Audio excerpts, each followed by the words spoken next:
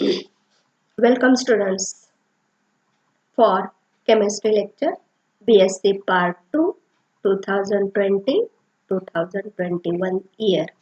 Here the CBCS pattern means the choice based credit system pattern, and it is implemented from June 2019. It is your second year. Then for BSc 2 you have to study chemistry in semester 3 and semester 4. For the semester 3, there are two papers. Paper number 5, the name of that paper, physical chemistry, and paper number 6, the name of that paper, industrial chemistry.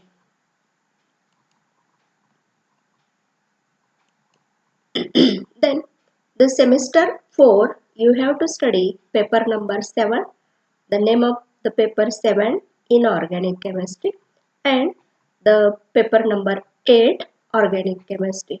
And at the end of the year, there will be practical exam, and it will be carried out once in a year. And total marks for the practical examination, there are 100 marks. Then the distribution of the 100 marks, it will be as follows.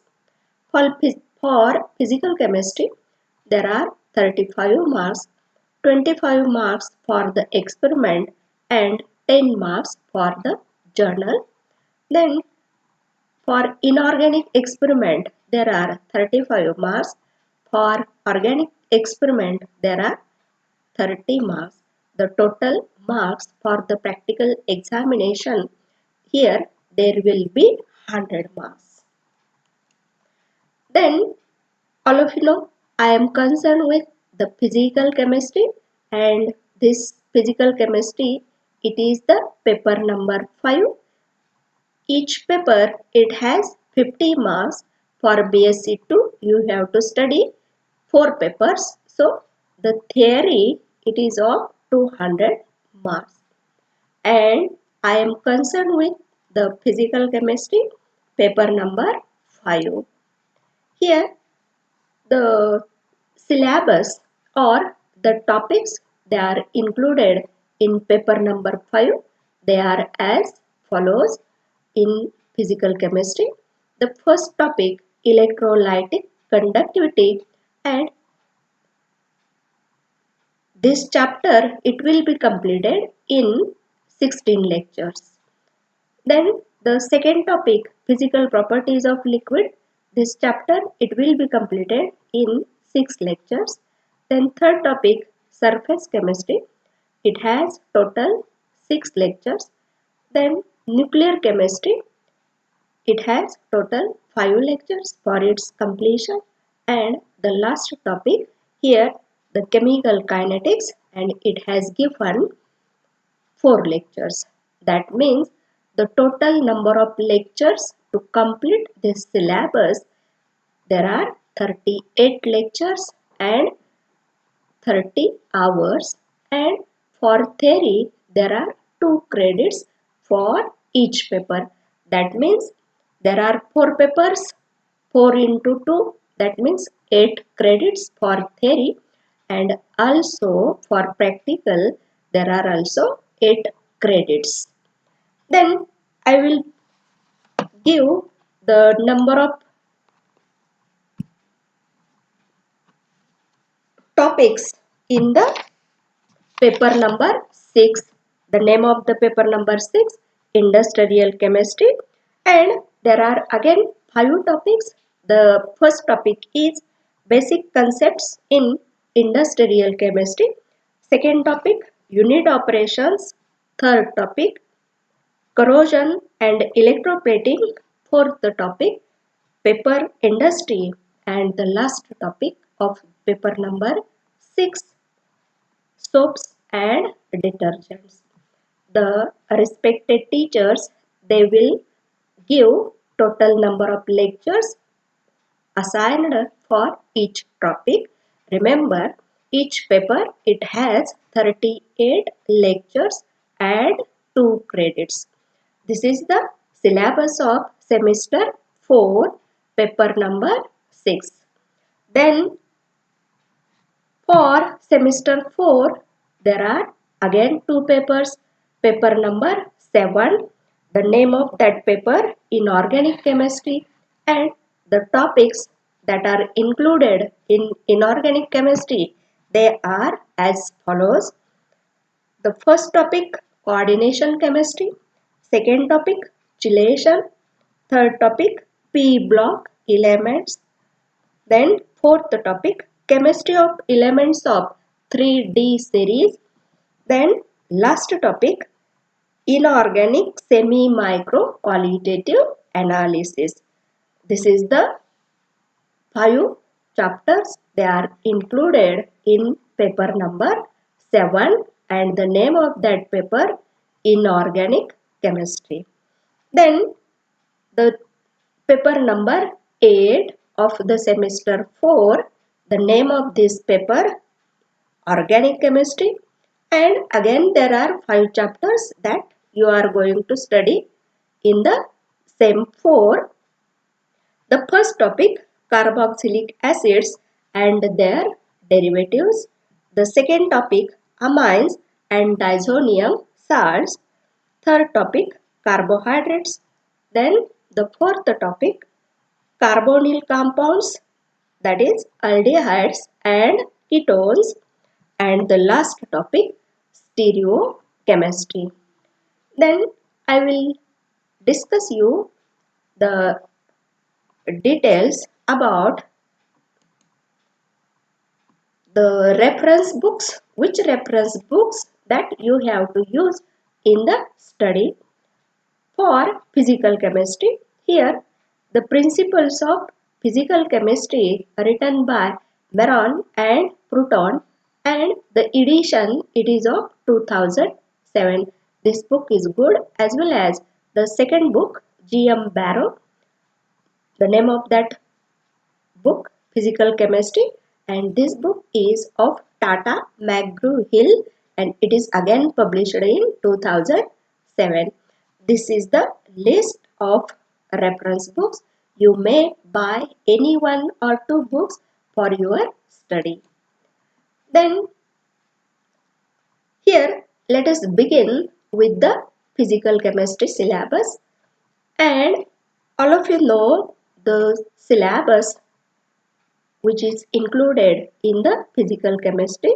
The first chapter electrolytic conductance, and the study of electrolytic conductance, it begins with the study of electrochemistry. So the electrochemistry, it is the branch of physical chemistry and it mainly deals with the study of transformation of electrical energy into chemical energy and vice versa. That means the chemical energy, it will get transformed into electrical energy, and electrical energy, it will get transformed into chemical energy. This is studied in the electrochemistry.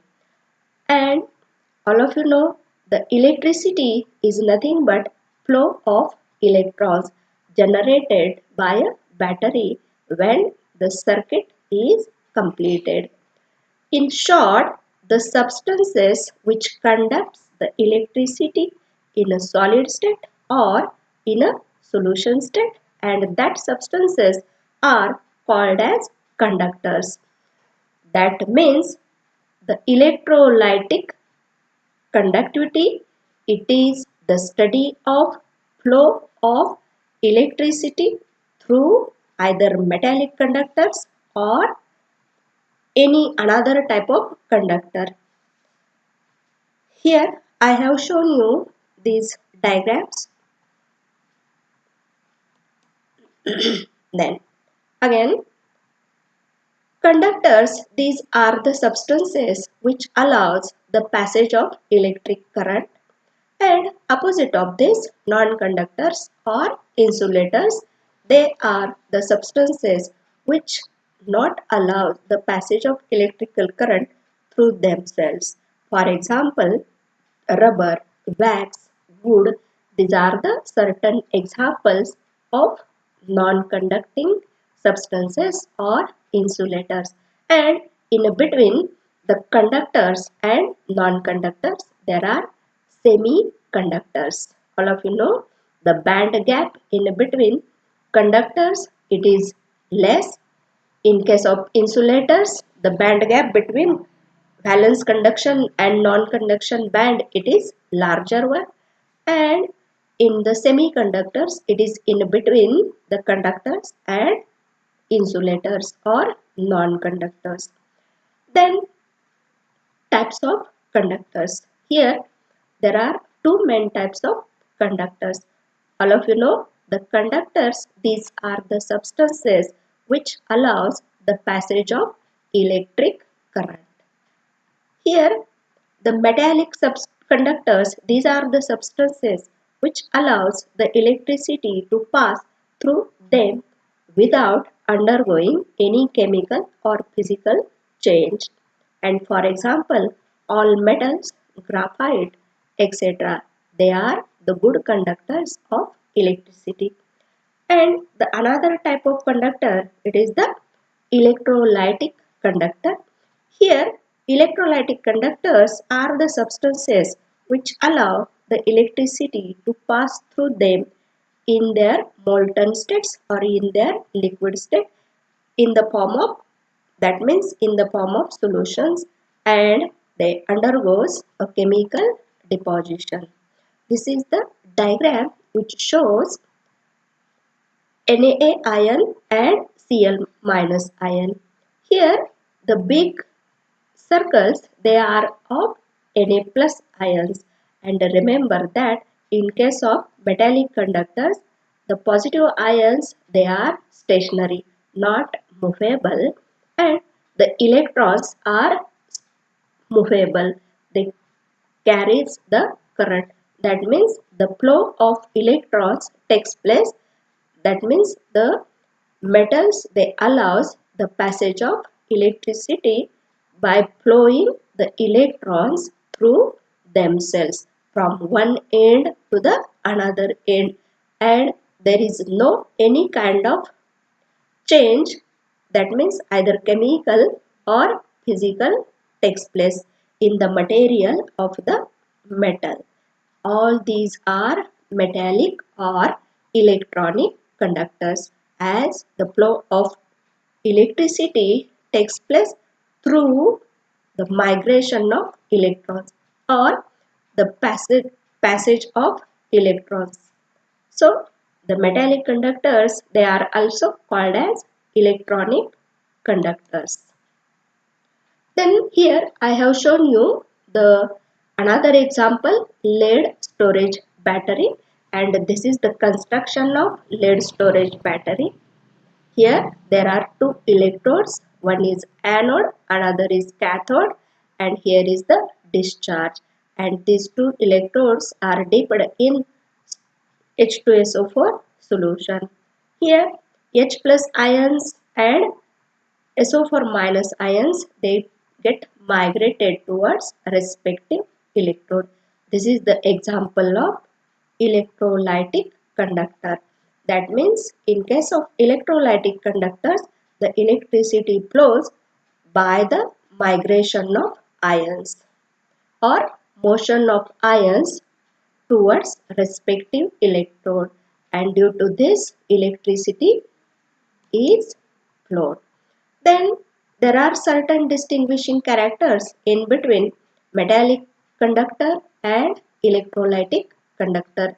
As already you are aware of metal, after the flow of electricity through metals, there is no any type of change takes place. That means no, there is no physical change or chemical change, and electricity is carried by means of electrons. Then in case of electrolytic conductor, the electricity is carried by means of movement of ions, and therein cause the decomposition of electrolyte ions at the respective electrodes.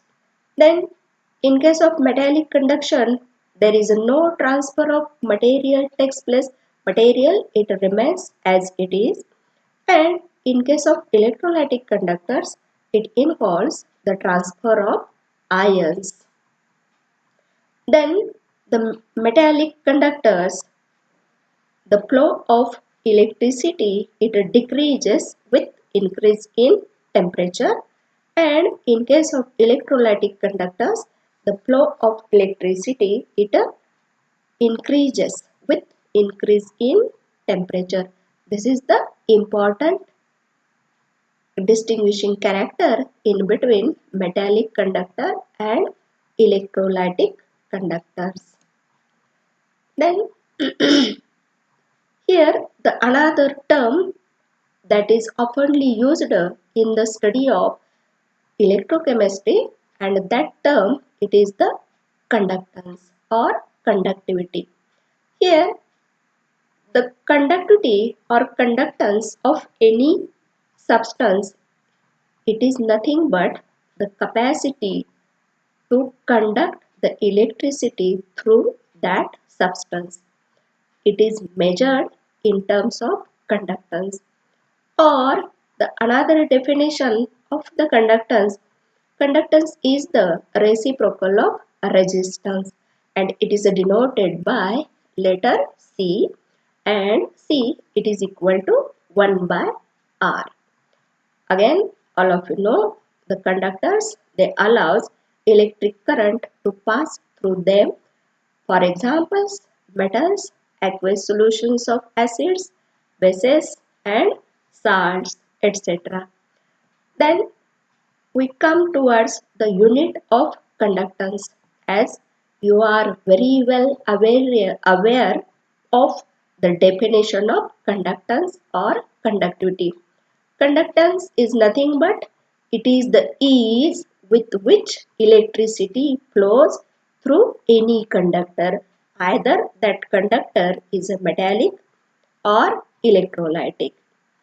And the another definition of the conductance, it is the reciprocal of resistance, means conductance. Here, as per the definition, the unit of conductance is 1 upon ohm, because the resistance we measured in a ohm.